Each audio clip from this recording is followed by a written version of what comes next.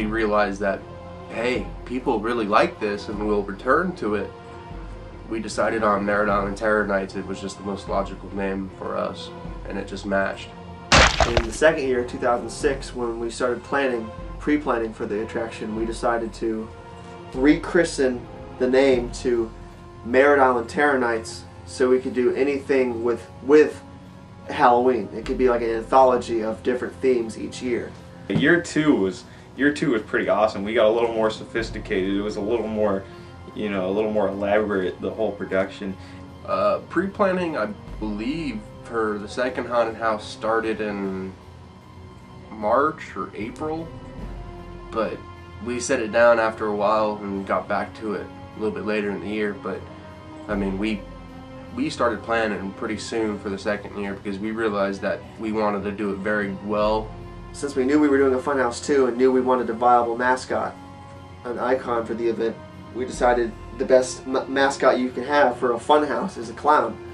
And we always loved the character of Jack, and after seeing him at the 2006 Halloween Horror Nights in the reunion, I dissected what people thought were scary in clowns, and I found it was three things. It was the walk, it was the laugh, and it was the stare.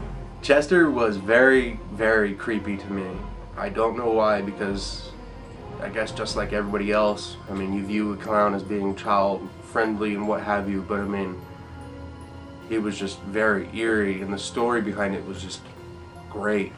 You know, people aren't scared. You're not really scared of clowns screaming and running after you with knives. You would be more apt to be afraid of just a hobo painted up in fucked up makeup glaring at you from across the street and sitting weird than you would a clown going "Argh," coming after you. I mean, it's more of a psychological thing. So with Chester, the idea was to make him a simple clown but give him a Halloween twist. That's why his ruffles around his neck, they're not multicolored, they're black and orange, the colors of Halloween. His makeup is very clownish, but it's evil at the same time. He has lots of points. Everything's pointed and sharp. It's not bubbly and round like a happy clown would be. Chester was creepy. I know that everybody that went through thought he was an awesome character. The way I had to make my face and, you know, use my movements, when you have makeup on and stuff like that, under that heavy of makeup and in costume that's so big, you lose all normal characteristics about yourself, so you can't act the same way. Everything you do have to be extremely exaggerated. So when I smiled, I couldn't just smile, I had to really smile for it to translate to people. Chester was pretty awesome. Like, kind of scary. It's probably my favorite character so far. Favorite mascot we've done. If you didn't know Brandon, it was just really terrifying. He was kind of like a ringleader, man, you know? He kind of got the whole thing moving. Did this intro that was really kick-ass when there were people there. See, we came all running out together in this whole big riled up orgy of excitement and energy, and we came running out. And then there was one night when we did it and there were no people there. That was a little awkward, but it was pretty cool that we got that all together. The pre-show we had was the last minute idea, so we all just basically, before we started, we had all the scare actors load up in my garage, and we would just open the garage and we would all chant Chester, and I would come out, start the chainsaws, and then we'd all bolt into the lot. And everybody who was standing outside loved it. It was so cheesy and so quirky, but it was just so, I guess, for them to see all these clown thugs just bolting out of this area and towards them, it freaked people out. That actually, yeah, year two was the garage. That was probably the funnest. Mm-hmm. We had the garage door shut, and then they like started the chainsaws up, and like like you could hear the crowd like start. It was really fun being in there before it started in the garage. Everybody's hyped up. Yeah. Well, what I remember the most is opening up the garage door. Everybody that was participating in it, opening up the garage door, standing out in the driveway, and just seeing a line wrapped around the entire neighborhood, and everybody just stood out there like we were rock stars or something, man.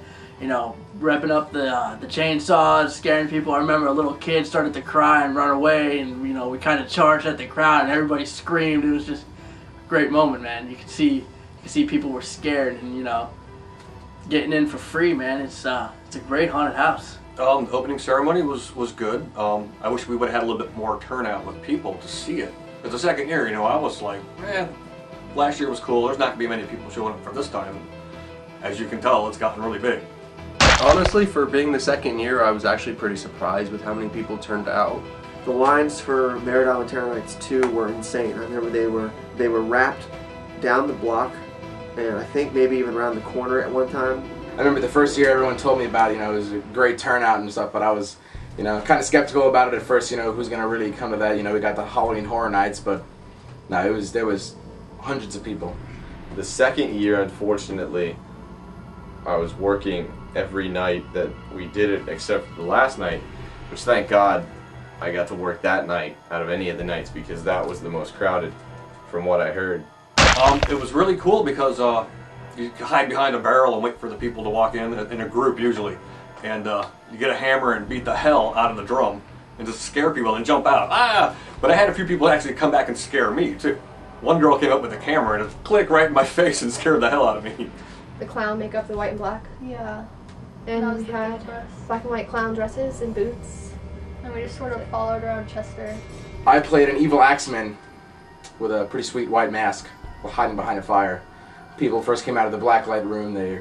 I was pretty much their first image. I guess I was pretty scary. I mean, we had 5 people in every 20 seconds.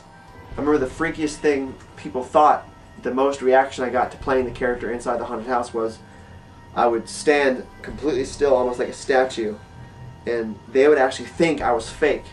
And then when they walked by, I would slowly turn my head and look at them, and people would go crazy and they'd freak out and run. I kind of was in the maze area when people would take the wrong turn. I'd pop out and they'd turn around and run the opposite way, trying to run the opposite way, and somebody would catch them with the chainsaw, and they'd just screech and just stop and wouldn't know what to do or where to go. Awesome, man. It was almost stifling how crazy the scares were in there. You could just constantly hear the resonating of people screaming right as you walked in. And the dude that would you'd walk in and you hear, "Welcome to Chester's Playhouse." I think that just set the mood right as people would walk in. Lots of stuff, lots of live color, lots of obstacles you run into, you get distracted from something and somebody pops out and scares the shit out of you. The maze was the second year, right? Like, that was the first time we did the maze? Yeah. Well, the maze was pretty much my idea from the start because I've always had a thing for labyrinths in general because they can be extremely scary, not knowing where you're going, not knowing where to go, and then to throw in people into the maze to scare you with strobes and what have you in the middle of the night. I mean, it's just very scary situation. I don't know, just the clowns, man. The clowns just do it. Clowns are scary to a lot of people, man. I just remember getting used to it. I mean, year 2 was my first year for it. I wasn't able to do it the first year. I highly regret it. But second year, just getting stoked about it. I mean, even the week before, helping Brandon build it up, getting my character together, and then open night was just awesome. Hundreds of people, scaring the crap out of them, running around, laughing, having fun.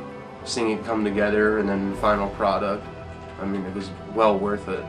And I mean, it was by far one of the greatest things that we've ever done as far as a team. I chalk it up to a learning experience, and every year we get a little bit better. And I think year 2 was probably the big stepping stone for us. I mean, it definitely put us on the map as far as local haunts go.